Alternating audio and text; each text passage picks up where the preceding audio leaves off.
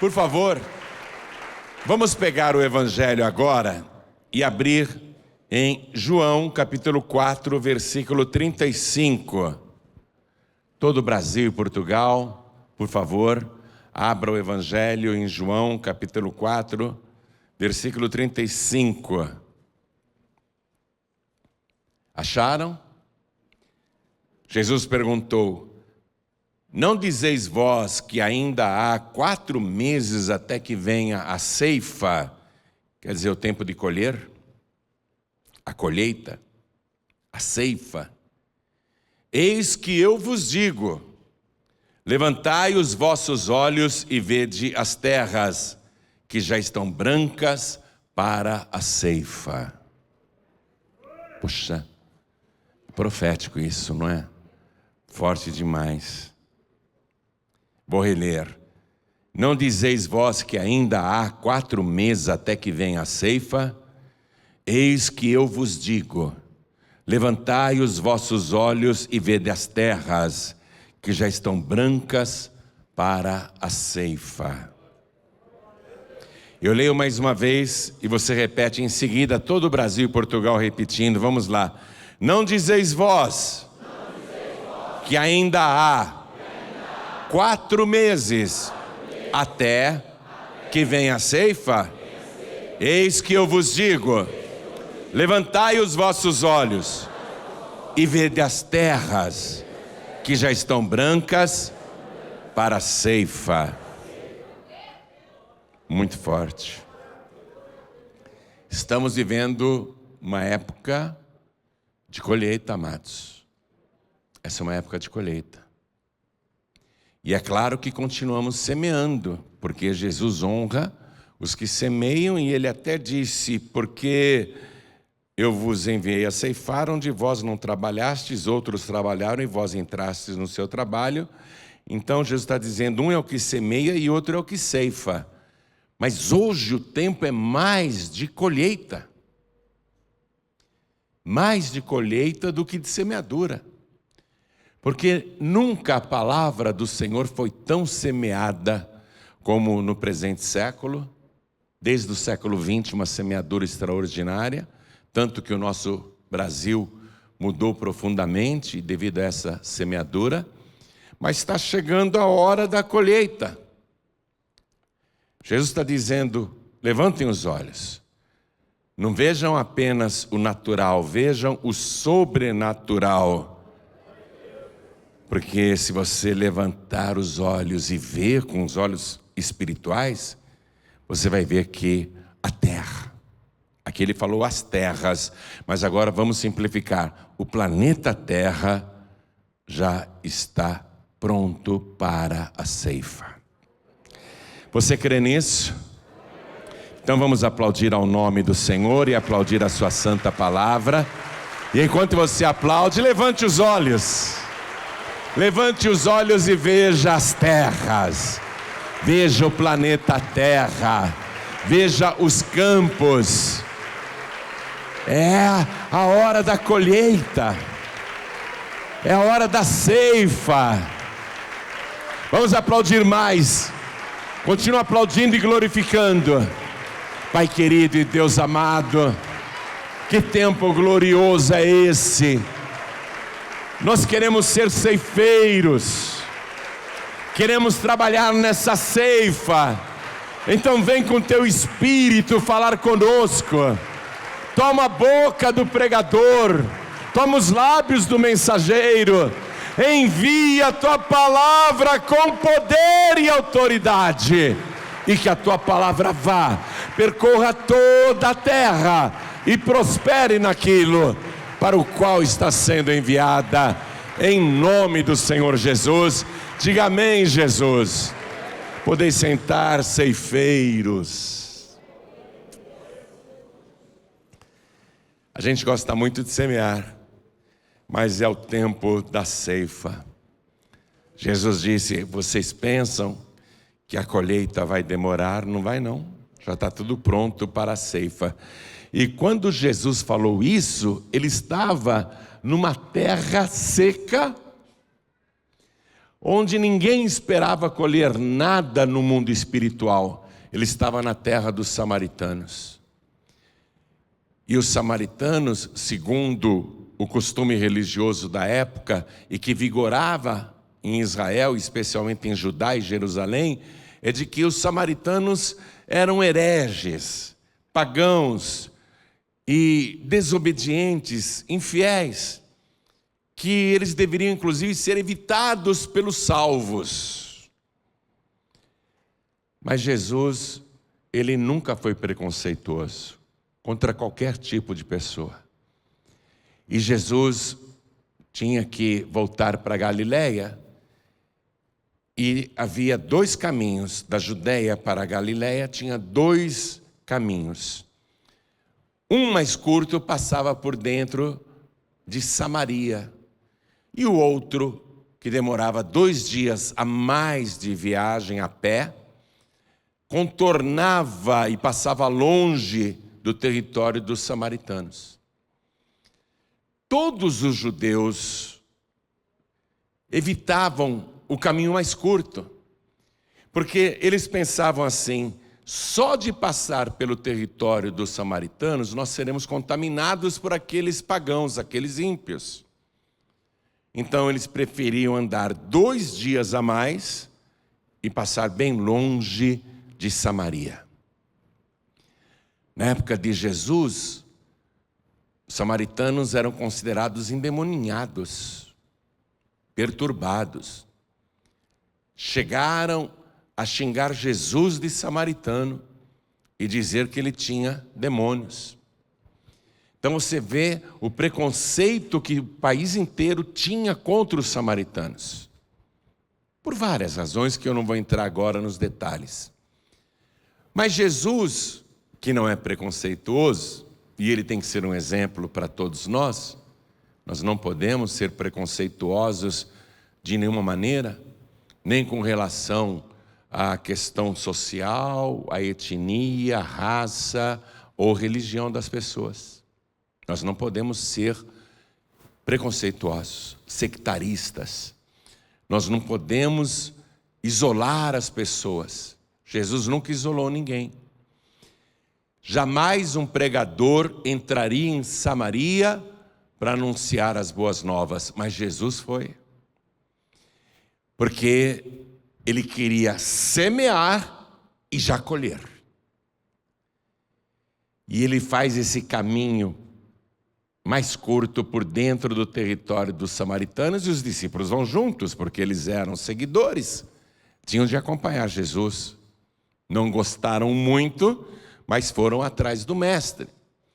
Quando chegou em Samaria, era mais ou menos meio-dia, aquele sol forte, e os discípulos disseram para Jesus: nós vamos comprar comida. E saíram. Ficou só o João lá perto de Jesus, caso o Senhor necessitasse de alguma coisa. Por isso que João é o único que relata esse episódio, porque ele foi testemunha ocular do que aconteceu enquanto os discípulos foram no centro da cidade para comprar comida para o grupo. E João viu que chegou uma mulher para tirar água do poço de Jacó, e Jesus puxa conversa com ela. Era uma mulher, e era samaritana, e ali já havia 2 motivos para que Jesus evitasse o diálogo. Primeiro, ele era judeu, ela era samaritana, e segundo, ela era uma mulher. Os homens não conversavam com as mulheres em público. Havia muita restrição de comunicação e as mulheres eram consideradas inferiores. Na época de Jesus, os rabinos diziam assim: é melhor queimar a lei de Moisés do que ensiná-la a uma mulher. Isso é uma mulher judia, hein? Imagine então uma mulher samaritana. Veja a escalada e as barreiras preconceituosas. Mas Jesus, o grande rabi, o grande mestre, o grande professor, o grande pregador, que não tem preconceito e ama a todos igualmente, homens e mulheres. Puxa a conversa com aquela mulher que fica até admirada. Como que o Senhor, sendo judeu, fala comigo que sou mulher e samaritana? Como é que o Senhor me pede água para beber? Jesus estava com sede. Você conhece a história. É uma das passagens mais lindas dos 4 evangelhos. É uma das que eu mais gosto. Jesus disse assim: mulher, se você soubesse quem é que está te pedindo água para beber, se você soubesse quem eu sou, você me pediria água viva. Porque qualquer que beber da água desse poço de Jacó vai voltar a ter sede, mas aquele que beber da água que eu lhe der nunca mais terá sede, porque se fará dentro dele uma fonte de água viva que jorra para a vida eterna. Ah, mulher, se você soubesse quem eu sou, quem é o que te diz, dá-me de beber? Ela falou: Senhor, o poço é fundo. Ela gostou da conversa. O Senhor não tem como tirar água desse poço? Por acaso o Senhor é maior do que o nosso pai Jacó, que cavou esse poço, bebeu ele, seus filhos, seu gado? Então Jesus continuou a conversa com a mulher, e ela queria a água viva para se livrar de uma tarefa que ela não suportava mais fazer. Buscar água no poço. Era um poço fundo, 30 metros de profundidade. Era um trabalho de muito esforço físico, cansativo. E depois carregar a água até em casa. Sabe-se lá em que casa que ela morava? Não devia ser próxima do poço. Então ela fala: me dá dessa água, para que eu não tenha mais sede e para que eu não precise vir aqui buscá-la. Jesus diz: tá, chama o teu marido e vem cá. Ou seja, eu vou dar água para você e para o teu esposo. Não só para você, para o teu marido também. Muitos gostariam de arrancar o capítulo 4 de João do Novo Testamento, porque pregadores fariseus e fanáticos, radicais e preconceituosos, eles não suportam essa palavra, eles não pregam sobre isso. Mas Jesus está aí, ó. Jesus disse: chama o teu marido e vem cá. Ela cortou o assunto dizendo: eu não tenho marido.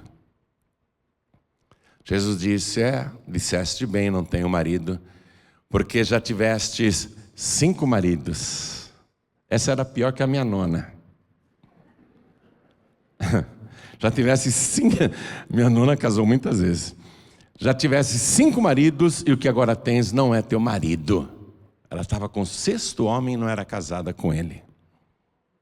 Mas Jesus chamou o concubino dela de marido, já sabendo que não eram casados, que viviam juntos, que o passado daquela mulher realmente era da pesada. E no entanto Jesus ofereceu água viva para ela. Água viva, a salvação. Jesus está semeando ali naquela vida.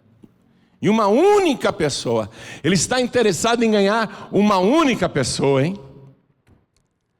Há pregadores, e espero que na Paz e Vida não tenha, que só pregam se for para multidões.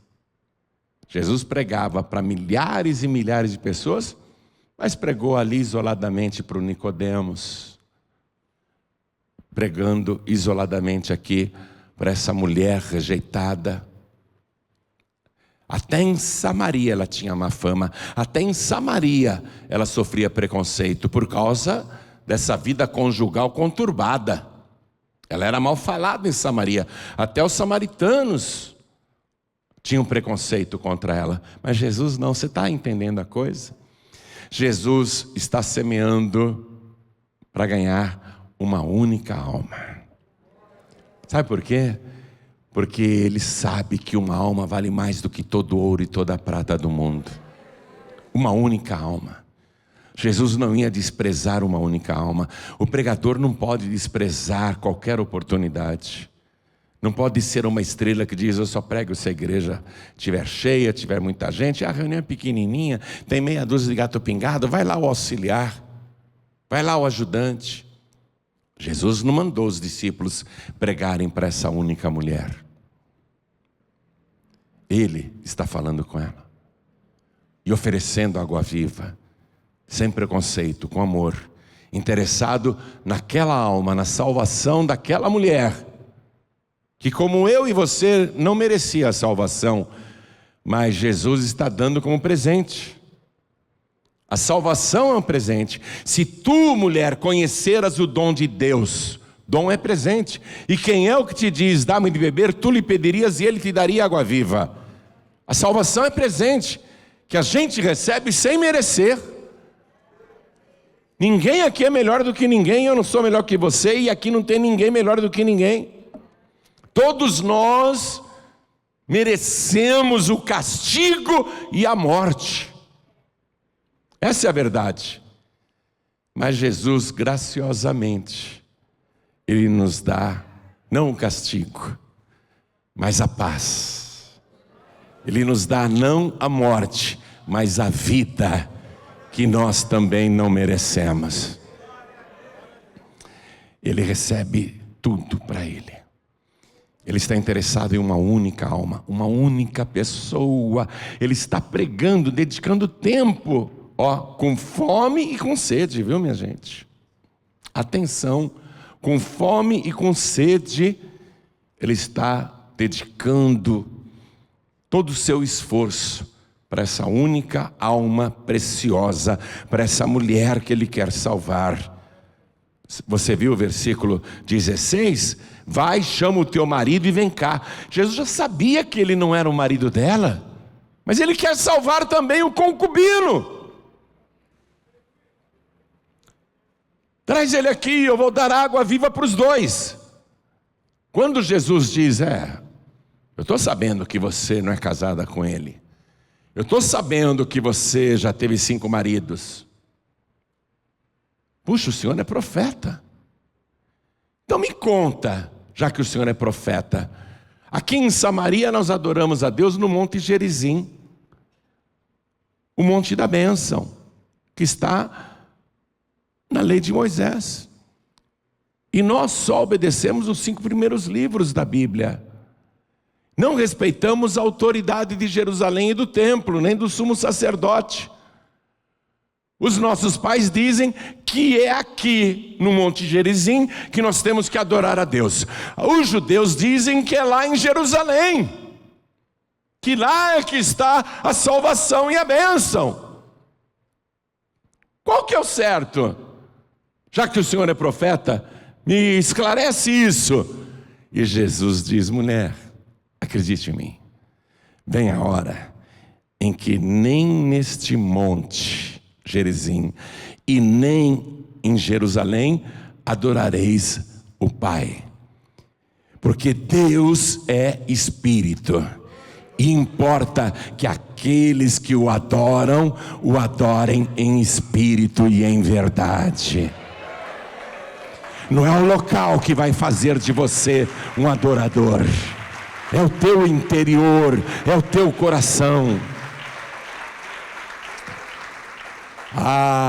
Tá bom. Então nós sabemos que o Messias, o Cristo, quando Ele vier, Ele vai nos contar tudo isso.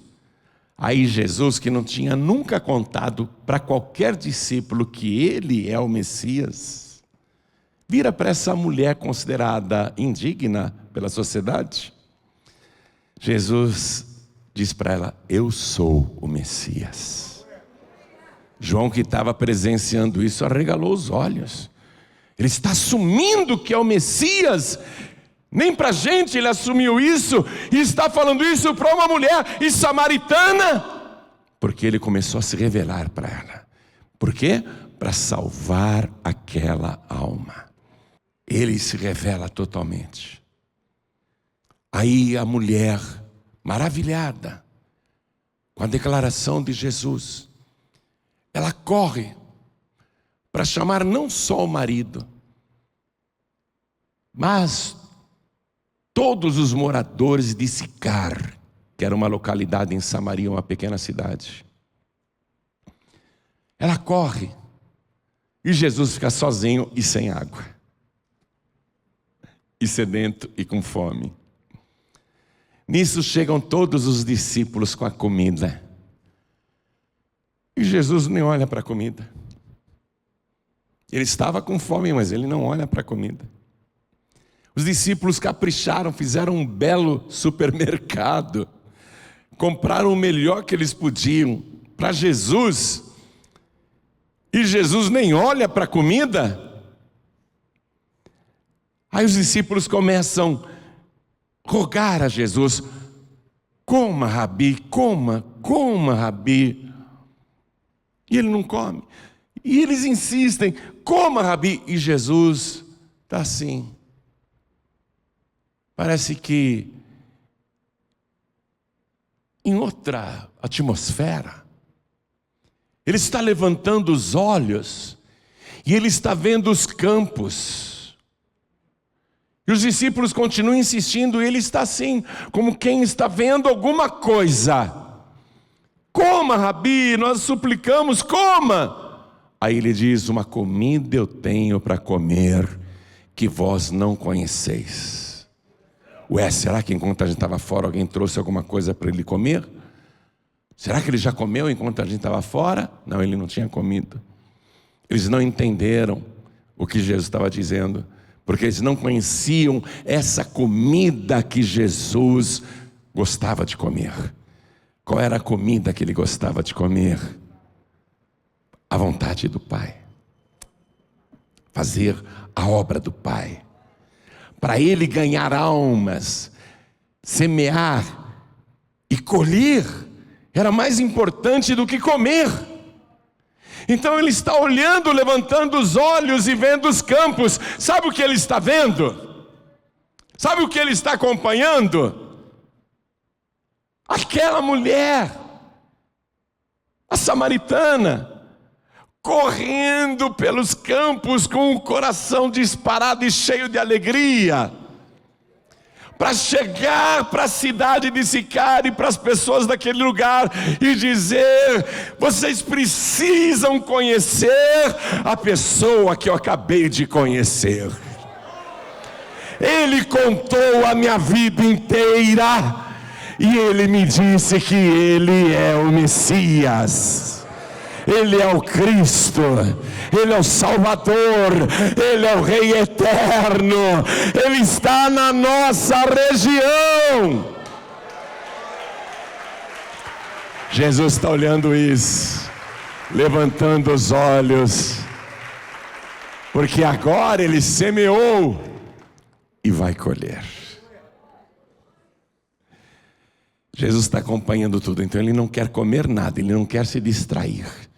Ele está observando aquela mulher que fez um curso relâmpago com Ele e se tornou a primeira pregadora a anunciar Jesus como Messias. Jesus está acompanhando o que ela está fazendo, vendo tudo. E aí, Jesus fala assim para os discípulos, versículo 34: a minha comida é fazer a vontade daquele que me enviou e realizar a sua obra. Jesus tinha uma paixão pela pregação, pela obra de Deus. Quando ele diz fazer a vontade daquele que me enviou, ele está assumindo uma existência pré-terrena, de outro lugar, fora do nosso planeta, dizendo: aquele que me enviou, a minha comida é fazer a sua vontade, e o que Ele quer que eu faça, que eu realize a sua obra. Jesus tinha uma satisfação imensa de fazer a vontade do Pai, de fazer a obra, de ganhar almas, porque para isso Ele foi enviado. Foi quando Ele disse, o versículo que eu te li no início, Não dizeis vós que ainda há 4 meses até que venha a ceifa? Eis que eu vos digo, levantei os vossos olhos. Por isso que Jesus não está olhando para a comida terrena. Ele está olhando e vendo coisas que os outros não veem. Levantai os vossos olhos e vede as terras que já estão brancas para a ceifa. Sabe o que Jesus está vendo agora e alegre, feliz? Que ele semeou numa única mulher, e aquela mulher o anunciou como Salvador e Messias, e ela convenceu todo mundo, e ela está correndo na frente daquele bando como se fosse um rebanho de ovelhas, e ela vem dizendo: venham comigo, eu vou mostrar para vocês quem é Jesus, eu sei onde ele está. E Jesus olha e vê aquele rebanho correndo pelos campos, correndo atrás da mulher. Jesus está levantando os olhos e vendo que ele vai colher mais almas. Semeou em uma só, mas ele acelerou a colheita. Com que rapidez ele semeou e colheu. Nós temos que aprender com Jesus. Por isso que às vezes você dedica atenção para uma só pessoa que foi na igreja, só tem você e ela. Você ensina a pessoa, você ora pela pessoa, aí a pessoa é curada, é abençoada. Sabe o que ela faz? Ela traz a família para a igreja, ela traz a parentela dela para a igreja, ela traz a vizinhança para Jesus. Ela traz todos os vizinhos para Jesus, porque ela diz: eu encontrei Jesus e sei aonde ele está. Venham comigo que eu vou mostrar para vocês o Jesus que eu encontrei. Aí você semeou em uma vida, mas vai colher muitas vidas. Deus vai acelerar a tua ceifa. Não despreze nenhuma alma, não despreze uma só pessoa. Sinta paixão por ganhar almas, mesmo que seja uma única alma. Você semeia e colhe. Aí Jesus ficou feliz esperando aquela grande ceifa. Aí Jesus, que tinha feito o caminho mais curto, passando por dentro de Samaria, uma trilha que economizava 2 dias de viagem, começa a ouvir lá dentro de Sicar os samaritanos dizerem: estamos gostando de te ouvir. Jesus começou a pregar para aquele povo que era rejeitado, humilhado, endemoniado, aquele povo que estava em trevas. Jesus começou a pregar, e que pena que não relataram aqui o que Jesus ficou falando para os moradores de Sicar e para aqueles samaritanos. Pena que não está escrito. Eu só sei que foi uma coisa tão boa, foi uma coisa tão poderosa, que ele não fez um único milagre em Samaria, viu? Aqui, ó.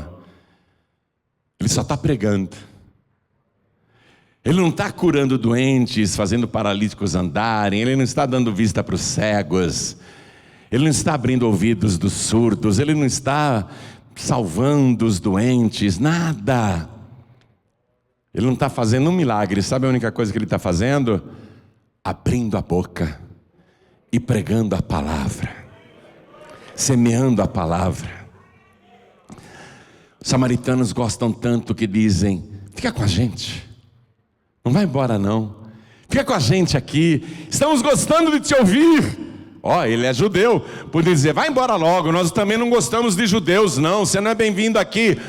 Mas eles suplicam por causa da palavra que Jesus pregava.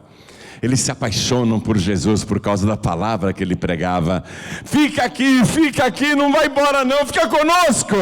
E nos diz este capítulo 4 de João, que Jesus ficou mais 2 dias naquele lugar. Mais 2 dias, só ensinando, sem curar nenhum doente, só pregando, só ensinando. sem operar nenhum milagre, só ensinando, só liberando a palavra, que é o que salva, é a palavra que salva. Os samaritanos ficaram tão maravilhados e apaixonados por Jesus, que chegaram para aquela mulher, a que os chamou para se encontrarem com Jesus. Eles chegaram para ela e disseram assim: mulher, já não é pela tua palavra que nós acreditamos nele, mas nós mesmos o temos ouvido e cremos que ele verdadeiramente é o Cristo, o Salvador do mundo. Creram em Jesus como Salvador. A ceifa, está entendendo isso? A ceifa é para os salvos. Jesus está dizendo: vocês pensam que tem 4 meses ainda para a ceifa? Levantai os vossos olhos e vejam as terras, os campos já estão brancos para a colheita. Já semeamos bastante, vamos continuar semeando, mas a gente sabe que semeia e colhe. E nesta época que nós estamos vivendo, mais do que nunca, por causa da proximidade da ceifa, Jesus está acelerando o tempo da colheita, o tempo da preparação. Você viu com que rapidez esta mulher se tornou uma pregadora? Uma única conversa com Jesus, 1 hora com Jesus, sei lá, 1 hora de aula, um curso relâmpago de teologia, mas ela ficou sabendo o principal, e o principal ela foi anunciar, ela foi pregar, e ela ganhou muitas almas. Qual é o principal? Ele é o Salvador do mundo. Eu sei aonde está o Salvador, eu vou levar vocês até o Salvador. Oh mulher, não é mais pela tua palavra, mas nós mesmos o temos ouvido e cremos que Ele é o Cristo, o Salvador do mundo, o nosso Salvador. Eu vou pedir agora ao Espírito Santo que te capacite como pregador, porque você já sabe o principal da teologia. O principal da teologia é isso aqui que essa mulher recebeu de Jesus, a revelação. Jesus veio para salvar. Claro que Ele quer salvar o maior número possível de pessoas. Mas se fosse para salvar só essa única mulher, Ele ficaria satisfeito do mesmo jeito. Se somente essa mulher tivesse crido nele, e um dia você vai conhecê-la, eu vou te apresentar. Eu acho que essa mulher é muito importante lá no céu. Aqui na terra era desprezada, rejeitada, humilhada, isolada. As pessoas nem cumprimentavam, sequer falavam com ela. Achavam-na uma mulher de má reputação. Mas esperem, você vai conhecê-la lá na glória. Você vai ter que marcar hora para falar com ela. Você vai ter que marcar hora, viu? Vai ter que marcar uma audiência. Porque ela se tornou, preste atenção no que eu vou dizer, ela se tornou a primeira pregadora da história da humanidade a anunciar que Jesus é o Cristo, o Salvador do mundo. Uma pregadora de verdade. A primeira missionária cristã. É uma mulher muito importante lá na glória. Uma ganhadora de almas.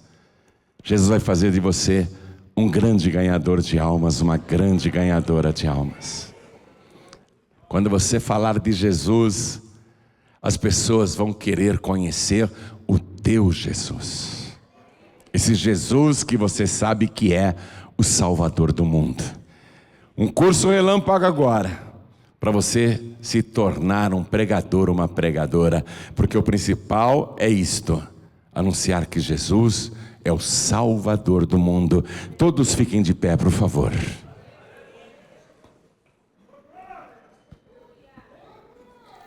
Você quer realmente receber esta unção de ganhador de almas? Os campos estão brancos para a ceifa. Você tem que colher. Colher na sua casa, na sua parentela e na sua vizinhança. Os frutos estão mais que maduros. Você não pode deixar que eles apodreçam. Você tem que colher. O trabalho do ceifeiro é colher. Jesus disse: rogai ao Senhor da seara para que envie ceifeiros para a sua seara, porque a seara é muito grande e são poucos os ceifeiros. Quem quer se tornar ceifeiro, vem aqui para frente, sai do teu lugar, vem para cá. Todos que querem se tornar ceifeiros, ganhadores de alma e ver uma colheita multiplicada. Você semeia uma alma, mas essa alma vai se multiplicar por milhares. Jesus tinha paixão por esse trabalho. E sabe o que Jesus falou na última noite de vida? Ele fez uma oração lá no Getsemane, no Monte das Oliveiras, na verdade. Ele fez uma oração e ele diz assim: Pai, eu consumei aqui na terra a obra que me deste a fazer. Eu completei a obra. Ele tinha paixão de fazer a obra. Paixão. Foi até as últimas consequências. E a vida eterna é esta, ele diz. Olha, a obra de Deus é esta: que conheçam a Ti só, como único Deus verdadeiro, e a Jesus Cristo a quem Tu enviaste. Se você sabe disso, você já é um pregador, já é uma pregadora. E quando Jesus estava lá pendurado na cruz, depois de vazar praticamente todo o sangue do seu corpo, Jesus, ele diz: tenho sede. Você vê? Ele teve sede lá em Sicar, no poço de Jacó. E agora na cruz ele tem sede. Quase 3 horas da tarde. Tenho sede. A língua estava grudando no céu da boca. Garganta ressecada. Falta de ar. Ele respirava o tempo todo pela boca, então ressecou mais ainda a laringe, a faringe, o esôfago. Tenho sede. Aí, alguém lá pega um arbusto e tinha um vaso com vinagre. Essa pessoa molhou uma esponja no vinagre, colocou no arbusto e levou até os lábios de Jesus. Estavam com bolhas, com feridas. Você já experimentou colocar vinagre num corte? Essa pessoa sádica colocou vinagre nos lábios de Jesus, enganando ele como se fosse água. Mas não estava enganando Jesus, porque o Salmo de número 69, versículo 20, 1000 anos antes de Cristo, que descreve também o sofrimento de Jesus, 1000 anos antes, diz: na minha sede me deram vinagre para beber. Ele já sabia que não dariam água para ele. Como a mulher samaritana também não deu água lá no poço de Jacó. E quando ele bebe o vinagre, ele tem que beber o vinagre para cumprir a escritura, a profecia do Salmo 69, versículo 20, quando ele bebe aquele vinagre, os cortes na boca, as feridas ardem. Para quem está com sede, dar vinagre para uma pessoa é uma crueldade, é uma maldade. Jesus não falou um palavrão, não disse nada, não xingou. Ele simplesmente olha para o céu e diz: Pai, está consumado. Eu consumei, em outras palavras, a tua obra, a obra que o Senhor me mandou fazer aqui na terra. Consumei a obra pela qual o Senhor me enviou aqui na terra. Consumei a tua obra. Ele diz: está consumado, e ele tomba a cabeça e rende o espírito. E acontece um grande terremoto. O Filho de Deus consumou a obra. Foi morto para consumar a obra. Morreu por causa da obra de Deus. Está entendendo isso? Foi até as últimas consequências, passando fome e sede, para fazer a obra de Deus e dando a sua vida como sacrifício pela obra de Deus. Ele tinha amor pela obra de Deus. A minha obra é fazer a vontade daquele que me enviou. A minha comida é esta é a minha comida, este é o meu afazer, é isso que me alimenta, é isso que me sustenta, é isso que me mantém indo adiante, sem recuar, o amor por fazer a obra do meu Pai. Todo pregador tem que ter amor pela obra do Pai, porque Jesus falou assim depois de ressuscitado, e Ele ressuscitou. Ele falou assim para os discípulos, e Ele fala para você: assim como o Pai me enviou, eu também envio a vós. Ele quer te transformar num ceifeiro. Levantai os vossos olhos e vede as terras que já estão brancas para a ceifa. Olha como está o mundo, olha como está esse planeta.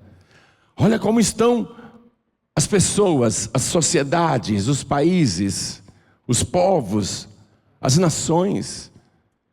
Veja como está a terra. Qual a dúvida? Qual a dúvida? Hoje a quantidade de pessoas desviadas talvez seja maior do que a quantidade de pessoas que nunca ouviram falar de Jesus, porque a terra toda, bem ou mal, já ouviu falar de Jesus. Estamos semeando, mas agora é hora de colher. E a grande colheita está se aproximando. Veja o que ele prometeu. Versículo 36. E o que ceifa, quem quer ser ceifeiro? E o que ceifa recebe galardão e ajunta fruto para a vida eterna. Para que assim o que semeia como o que ceifa, ambos se regozijem. Ceifar significa ajuntar frutos para o futuro. Garantir galardão futuro. Você acha que Jesus não mirava as recompensas? É-me dado todo o poder no céu e na terra. Portanto, ide, pregai o evangelho a toda criatura. Quem crer e for batizado será salvo, e quem não crer será condenado. E estes sinais seguirão os que crerem: em meu nome expulsarão os demônios, pegarão em serpentes e falarão novas línguas, e se beberem alguma coisa mortífera não lhes fará dano algum, e colocarão as mãos sobre os enfermos e os curarão, e eis que estou convosco todos os dias, até a consumação dos séculos. Ele consumou a obra, e logo os séculos serão consumados. É o tempo da ceifa, e quem ceifar recebe galardão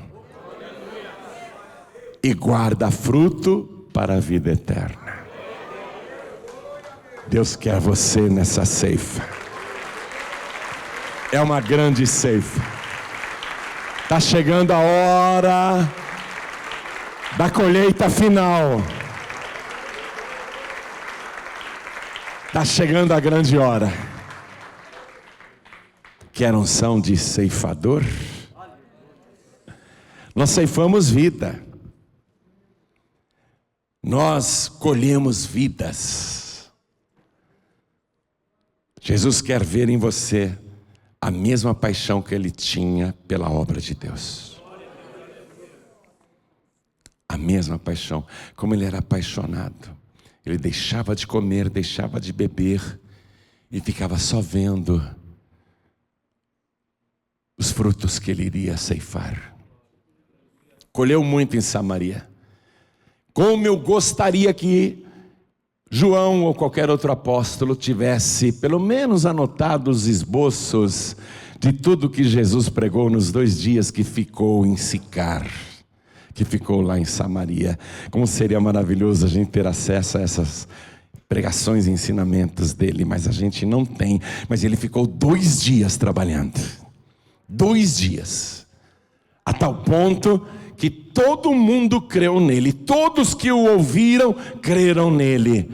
Creram no principal. Nós cremos que ele é o Cristo, o Salvador do mundo. Feche os teus olhos. Pai querido e Deus amado, o Senhor mesmo disse um dia, através de Jesus: a seara é grande e são poucos os ceifeiros. Rogai ao Senhor da seara para que envie ceifeiros para a sua seara. Meu Deus, os campos estão brancos. É tempo de ceifar. Nunca foi tão fácil pregar que Jesus é o Salvador do mundo. Nunca foi tão fácil anunciar o Senhor como o único, suficiente, exclusivo e eterno Salvador. Como as pessoas de bom grado recebem o Senhor Jesus. Como as pessoas com alegria se entregam a Jesus. Como as pessoas ficam felizes em conhecer esse Jesus, o Salvador do mundo. É fácil semear, precisamos colher. A partir de hoje, não desprezaremos uma alma sequer, nem a pessoa mais simples. Nenhuma pessoa será desprezada, nenhuma alma será deixada de lado, porque o Senhor nunca desprezou ninguém, nem os rejeitados o Senhor isolou. Pelo contrário, o Senhor ficou ali em Samaria mais 2 dias. O Senhor amava aquele povo rejeitado, aquele povo que estava nas trevas. O Senhor ficou ali até a luz brilhar, até o Senhor colher, até o Senhor ceifar. O Senhor só foi embora quando os habitantes daquele lugar começaram a dizer: nós cremos que Ele é o Salvador do mundo. Aí o Senhor foi continuar a viagem, fazer a semeadura e a ceifa em outro lugar. E nós queremos fazer o mesmo trabalho que o Senhor fazia, com a mesma graça, com a mesma sabedoria e com a mesma unção. Queremos aprender a semear e colher rapidamente, como o Senhor fazia. Então agora suplicamos: desça sobre cada um de nós uma unção multiplicada de semeadores da palavra, pregadores do evangelho e ceifeiros do teu reino. Ah, Senhor, está tão fácil, tão fácil, tão fácil. Dá esta unção para este teu filho, dá esta unção para esta tua filha. Quando essa pessoa abrir a boca, ninguém conseguirá resistir. E o que ela anunciar vai revolucionar uma cidade. Eu navegarei no oceano do Espírito.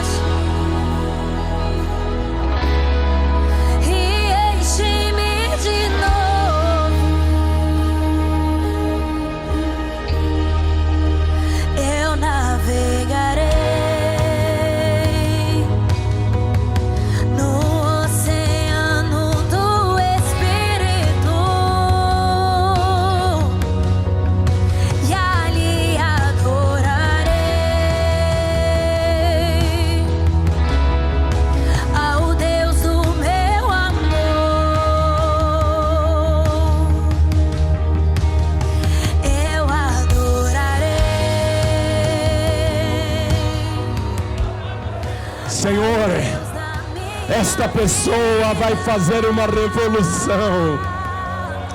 Esta pessoa vai trazer multidões aos teus pés. Essa pessoa vai ganhar muitas almas, porque é tempo de colher, é tempo de ceifar. Oh glória! Tome posse, ergue as mãos, tome posse. As tuas mãos serão como foices, a tua língua será como uma espada, a tua boca será como uma enxada. As tuas mãos vão ter o poder de semear e de colher. Ergue mais alto as tuas mãos. As tuas mãos recebem agora o poder de semear e o poder de ceifar.